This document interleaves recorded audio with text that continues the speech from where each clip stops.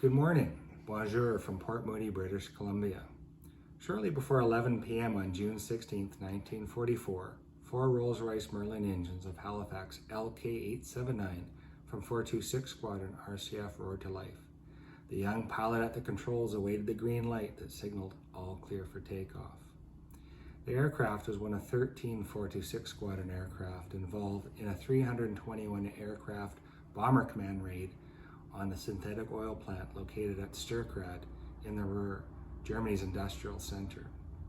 Inside the heavy bomber were 7 young men that formed the crew. Flying Officer John Tabor of Ottawa was the pilot, while his navigator, Flying Officer George Shannon, came from London. The wireless operator was Pilot Officer Harry Doggett of Galt, and Pilot Officer William Carson of Windsor operated the 4 Browning 303 machine guns located in the mid-upper turret. From Hamilton came Engineer Pilot Officer Francis McQueen, as well as the rear gunner, Pilot Officer Leonard Hill. The bomb aimer and the youngest member of the crew at just 19 years of age was Pilot Officer Robert Niles of Dawson Creek, British Columbia. Robert was my cousin. Earlier that day, the crew attended a briefing about the upcoming night's operation. Detailed information about weather conditions and winds, as well as information about anticipated German defenses, the night fighters, searchlights, and the anti-aircraft guns known as flak, as well as target information, was all shared with the crews. Afterwards, the long period of waiting began. The time after briefing was typically the worst part for aircrew, those endless hours before actual takeoff. For aircrew and operations, a meal was served. Real eggs and bacon. A wartime luxury, it was an operational aircrew standard. Dubbed the Last Supper by those prone to gallows humor, it was given to those who could actually manage to eat, despite the mounting tension and nerves. One can only imagine how the crew of LK-879 awaited their takeoff that night. They were all very young and had little experience, having just arrived on the squadron just a few weeks before. For Pilot Officer John Tabor, it was his 3rd operation. For my cousin Robert, only his 2nd. Minute after anxious minute passed until finally the green light flashed. Tabor pushed the throttle levers forward and released the brakes. The Halifax, burdened with 8,000 pounds of bombs and almost 9,000 liters of fuel, rolled down the runway, gaining speed until finally airborne. The young crew was on their way. Nerves likely started to subside as each crew member got on with their job. Soon all 13 aircraft from 426 Squadron crossed the North Sea and were over German-occupied Holland, and then finally on to Germany. The route to the target was not easy. German night fighters were active that night, and the flak was intense by the time Tabor approached the target area just after 1 o'clock in the morning. During the final approach to the target, Tabor had to keep the Halifax on a straight and steady course so that my cousin Robert could accurately aim and release the 16 500-pound bombs located in the bomb bay. This was when the Halifax was most vulnerable. If the searchlights coned in on the bomber during this final bomb run, the Halifax would be an easy target for flak or the deadly night fighters. Robert would need to ignore all the lethal distractions and look through his bomb sight and focus on the approaching target. He would provide directional corrections to the pilot so that the bombs would be dropped accurately. While on this final bomb run, the teenage Robert gave the commands. Steady, steady, left, left a bit, steady, and then with the push of the bomb release came his announcement, bomb's gone. Those words would have provided a feeling of relief amongst the crew.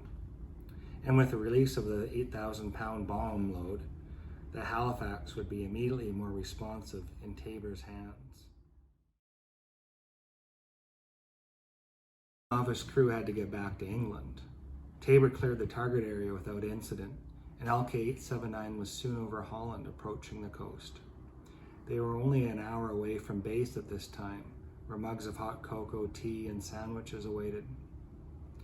We'll never know if the crew's strained nerves started to ease on this last leg of the operation, We'll never know if the 7 young men were aware of the danger that approached in the inky darkness.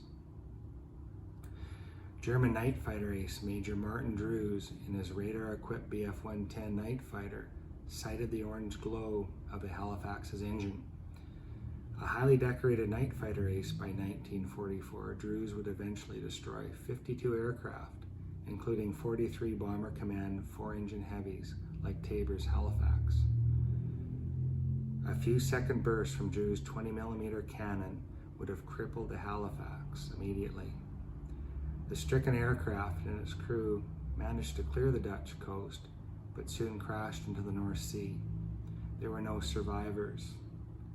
The bodies of Tabor and my cousin Robert and the rest of the crew eventually washed ashore.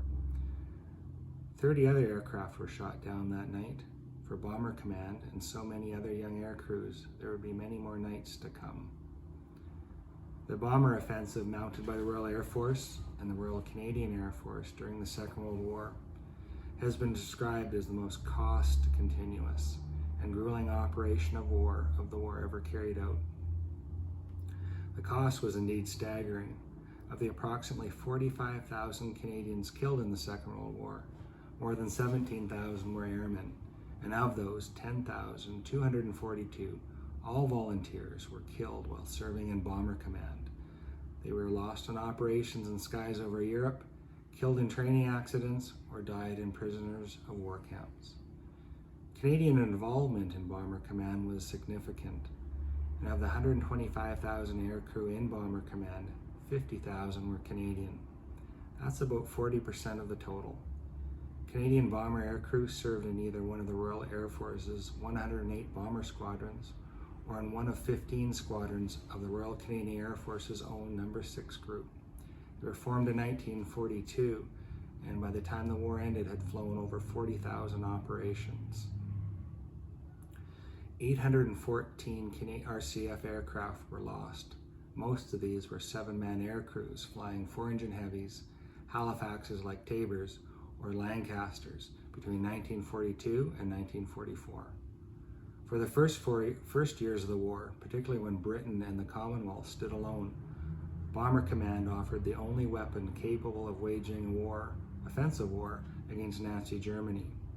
As one aircrew veteran put it, Bomber Command dished out the dirt when no one else could. Murray Peden was one of those Canadians who served as a pilot in Bomber Command. He went on to write one of the best accounts of the air war over Europe, entitled "A Thousand Shall Fall." In this book, he stated, "The air crews face formidable odds, often seldom appreciated outside the command. At times in the great offensives of 1943 and 1944, the short-term statistics foretold that less than 25 out of each 200 crews would survive their first tour of 30 operations.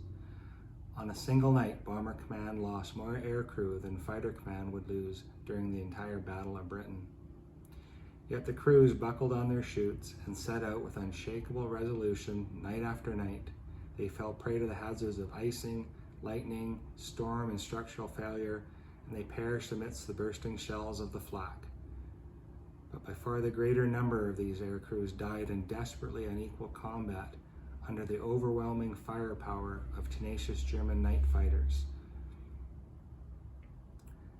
The statistics support Peden's statement.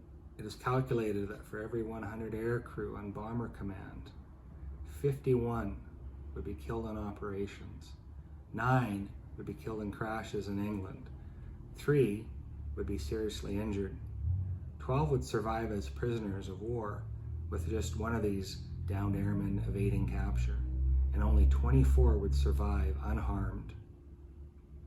When a Lancaster or a Halifax went down, 7 men went with it. When you consider that a successful single night's operation was one that kept losses under 4 or 5% of the total bombing force, and that an average size raid by 1943 or 44 often consisted of about 500 aircraft, it meant that 175 aircrew would not return in just a single night. In a letter to Air Marshal Harris, the commander of Bomber Command, Prime Minister Winston Churchill wrote, "All your operations were planned with great skill and care. They were executed in the face of desperate opposition and appalling hazards. They made a decisive contribution to Germany's final defeat. I believe that the massive achievements of Bomber Command will long be remembered as an example of duty nobly done. Now, more than 75 years later, the staggering cost experienced by Canadians in Bomber Command is worthy of remembrance, your remembrance. Each one of those 10,242 airmen were husbands, fathers, sons, and brothers. They were everyday Canadians like you and me, who, as the poem states, loved and were loved. They had hopes and dreams, and in a few violent moments in a lonely dark sky were gone forever. That is the true meaning of the supreme sacrifice. Robert's mother, Christina, received a telegram with this message: regret to advise. International Red Cross, quoting German information, states that your son, Pilot Officer Robert Niles, lost his life. Your son is to be considered missing, believed killed. Please accept my sincere sympathy. We will remember them. Nous nous souviendrons d'eux.